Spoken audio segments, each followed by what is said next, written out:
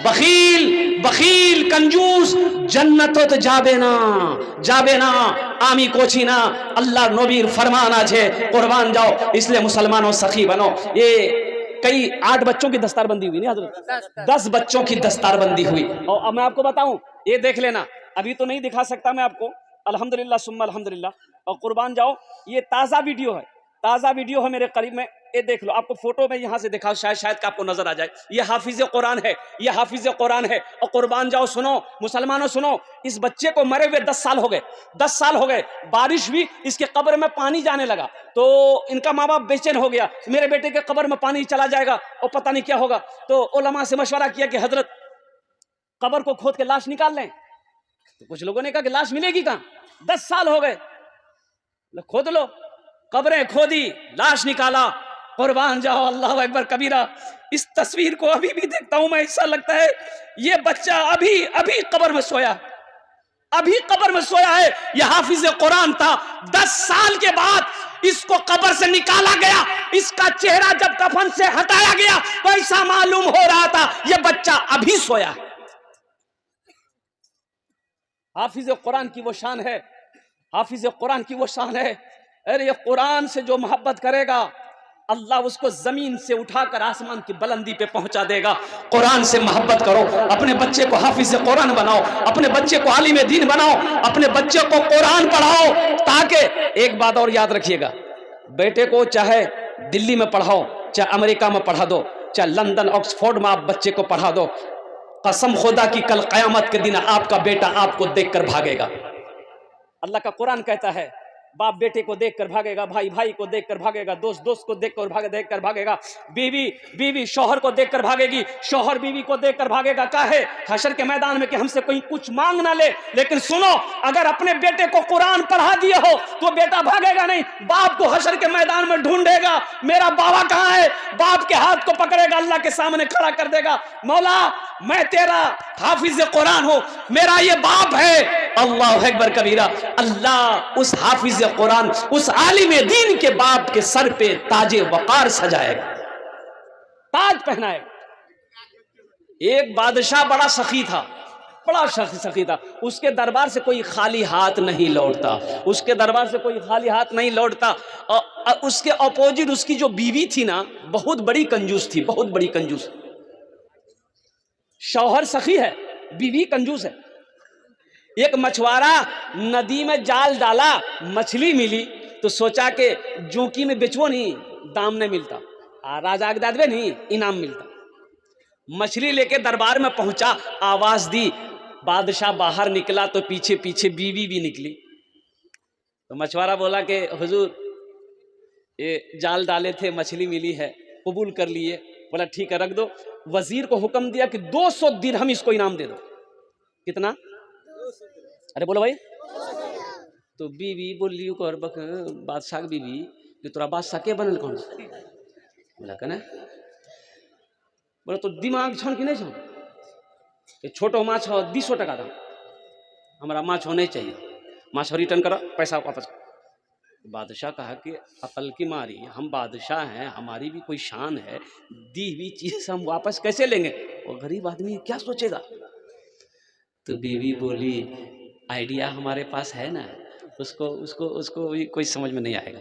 तो बादशाह बोला क्या आइडिया है? तो बीवी समझल के कहो ये मछली नर है कि मादा है? वो बोलेगा नर है, तो आप बोलिएगा हम नर मछली नहीं खाते हैं, हम तो मादा खाते हैं, लेके जाओ पैसा रिटर्न करो। वो बोलेगा मादा है, तो आप बोलिएगा हम मादा मछली नहीं खाते, हम तो नर खाते हैं, ये मछली लेके जाओ पैसा रिटर्न करो। तो आदमी कभी कभी बीवी के हाथों मजबूर हो जाता है।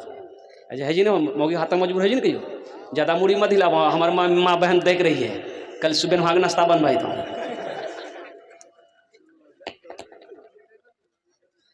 दमिश्क की जामा मस्जिद में अभी सुना रही है, बादशाह वाला सखी वाला कहानी वाकया सुना रहा हूँ। दमिश्क की जामा मस्जिद में इमाम साहब जुमे में तकरीर कर रहे थे कि लोगों, मुसलमानों, जब कोई मुसलमान नमाज का इरादा करता है, दो चार शैतान उसके पीछे लग जाता है। रोजे की जैसे इरादा करता, नियत करता है, दो चार शैतान उसके पीछे लग जाता है। लेकिन जैसे ही कोई मुसलमान सदक़े की नियत करता है, अल्लाह के रास्ते में खर्च करने की नियत करता है, मस्जिद बनाने की नियत करता है, मदरसा बनाने की नियत करता है, तो 70 शैतान उसके पीछे लग जाता है। कितना? तो इमाम साहब ने कहा कि है ऐसा कोई नौजवान जो 70 शैतान को हरा दे, सदका कर दे। एक नौजवान खड़ा हुआ, बोला कि हजरत मैं करूंगा, शैतान की ऐसी की तैसी। उठले गेले घर, आटा का बोरा खोला और ले के 5 किलो झोला आटा निकाल के भर के झोला में, आज हम सदका करेंगे। आज जैसे ही झोला लग निकले, झील मोगी आगू खराब है। बोले कहीं जा? बोला हम सदका कर लिए। मोगी कल की एक तो काम धंधा नहीं करे जाते, दिन भर टटवैया रह जा और रख लो आटा जी थे सदका कर ली। चुपचाप मारी खैरियत चाचा झोला रख ले जा, झोला रख ले। आदि की मस्जिद में ठीक ली तो बगलों में गादी पूछल की हो सदका कर ला? बोला भैया हमें पूरा तैयारी में चला, झोला भरी ली ले। लेकिन की बोलवा जीरम के झोला ला के निकले झलान भैया, बस हमरो आगू में शैतान अगर अम्मा आ भी बस वो है हम हारी गला। बादशाह की बीवी समझा दी कि पूछिए मछली नर है कि मादा है? बाबू ये तो साउंड फोन थोड़ा सा ठीक ठाक करो इसको। तो बादशाह मजबूर हो गया बीवी से, ये बादशाह मछुआरे से बोला बस इतने पर रहने दिए। बाबू इधर आओ। मछुआरा आया तो मछुआरा से कहा कि बाबू ये बताओ ये मछली नर है कि मादा है? तो मछुआरा भी बड़ा चालाक था, बोला कि हुजूर ये मछली ना नर है ना मादा है, बीज वाली मछली है। बादशाह खुश हो गया, बोला 200 दिरहम और इसको इनाम दे दो। कितना भाई? 400 भाई। बादशाह की बीवी सर पकड़ कर बैठ गई कि 200 रिटेन के चक्कर में थे, ये 400 दे दिया। ये मछुआरा सलाम किया, दरबार से जाने लगा तो दरबार में देखा 1 रुपये का सिक्का गिरा हुआ है। ये मछुआरा उठाया, चूमा, पॉकेट में रख लिया। बादशाह की बीवी की नज़र पड़ गई कि कुछ उठाया ज़रूर है। बादशाह से कहा कि देखिए आप इतना इनाम दिए फिर भी उसको सब्र नहीं है, दरबार से कुछ चोरी करके लेके जा रहा है, बस बुलाइए, सब पैसा छीनिए, जेल में डालिए। बादशाह बोला इधर क्या उठाया? बोला कि हजरत हुजूर 1 रुपया का सिक्का है। बोला काहे उठाया? तो ये मछुआरा बोला कि हुजूर इसमें आपकी तस्वीर है, आपका फोटो है, रास्ते में गिरा हुआ रहता, कोई पैर दे देता तो ये बेअदबी ना होता, इसलिए हम इसको उठा के चुम के पॉकेट में रख लिए, हम इसको अपना तिजोरी में रखेंगे। तो बादशाह और खुश हो गया, बोला 200 दिरहम और इसको इनाम दे दो। कितना भाई? 600 हुआ। अब आगे क्या है मैं बताऊंगा। जो सखी है वो सखावत करके रहेगा, जो दानी है वो दान करके रहेगा, जो खर्च करने वाला है वो खर्च करके रहेगा। इसलिए मुसलमानों, इसलिए नौजवानों, कुर्बान जाओ, सखी बनो। मेरा अल्लाह सखी है, अल्लाह के महबूब जनाब मोहम्मद रसूलुल्लाह, सारे लोग बोलो सल्लल्लाहु अलैहि वसल्लम, कुर्बान जाए। तशरीफ फरमा है, एक यहूदी आया, कहा कि या रसूलुल्लाह मोहम्मद ये जो कुर्ता पहने हैं मुझे दे दीजिए। अल्लाह के रसूल इरशाद फरमाया बैठो। वो बैठ गया, वो यहूदी बैठा। अल्लाह के नबी सल्लल्लाहु अलैहि वसल्लम जो ऊपर कुर्ता पहने थे वो थोड़ा कम कीमत का था, अंदर जो कुर्ता था, ये कुर्ते के अंदर में जो दूसरा कुर्ता था वो कीमती कुर्ता था।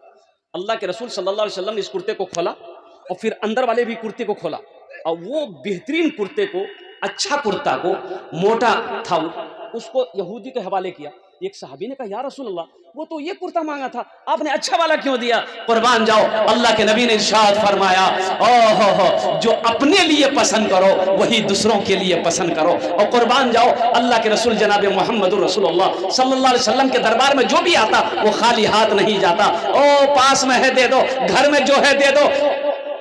कभी कभी ऐसा होता साथ में नहीं है ना, घर में भी नहीं है, साथ में भी नहीं है। ये वजह कायनात हैं, इमामुल अंबिया हैं, जिनके सदक़े में अल्लाह ने सारी कायनात को पैदा फरमाया है। और कुर्बान जाओ, 3 महीने हो जाते थे चूल्हा नहीं जलता था। कई महीने? अरे बोलो, ये इस्लाम हम तक ऐसे नहीं पहुंचा। कुर्बान जाओ, आज तो बिरयानी खा के, पुलाव खा के हम कुरान नहीं पढ़ते। सहाबा इकराम ने दरख्तों के पत्ते चबा चबा कर अल्लाह के कुरान की तिलावत करी। ये दीन हम तक ऐसे नहीं पहुंचा, सहाबा इकराम ने कुर्बानी दी है, तब जाकर ये दीन हम तक पहुंचा है। मेरे भाइयों, मेरे दोस्तों, मेरे नौजवानों, और कुर्बान जाओ, अल्लाह के रसूल बेचैन हो जाते। पास कुछ नहीं है, घर में कुछ नहीं है, सवाली खड़ा है, सवाल ही खड़ा है, बेचैन हो जाते, बिलाल को आवाज देते, बिलाल कहाँ है? और कुर्बान जाओ, बिलाल दौड़ा आता, या रसूल अल्लाह आपने मुझे याद किया है। अल्लाह के रसूल इरशाद फरमाते, ओ बिलाल, मेरे दरबार से, मेरे दरवाजे से, मेरे घर से कोई खाली हाथ लौट जाए, ये मैं पसंद नहीं करता। मेरे दरबार से, मेरे दर से, मेरे घर से कोई खाली हाथ चला जाए, मैं ये पसंद नहीं करता बिलाल। लेकिन मेरे पास कुछ नहीं, घर में भी कुछ नहीं है। ए बिलाल, किसी से कर्जा ले लो, किसी से उधार ले लो, किसी से कर्जा ले लो, इसकी मदद कर दो, अल्लाह इंतजाम कर देगा, हम कर्जा अदा कर देंगे।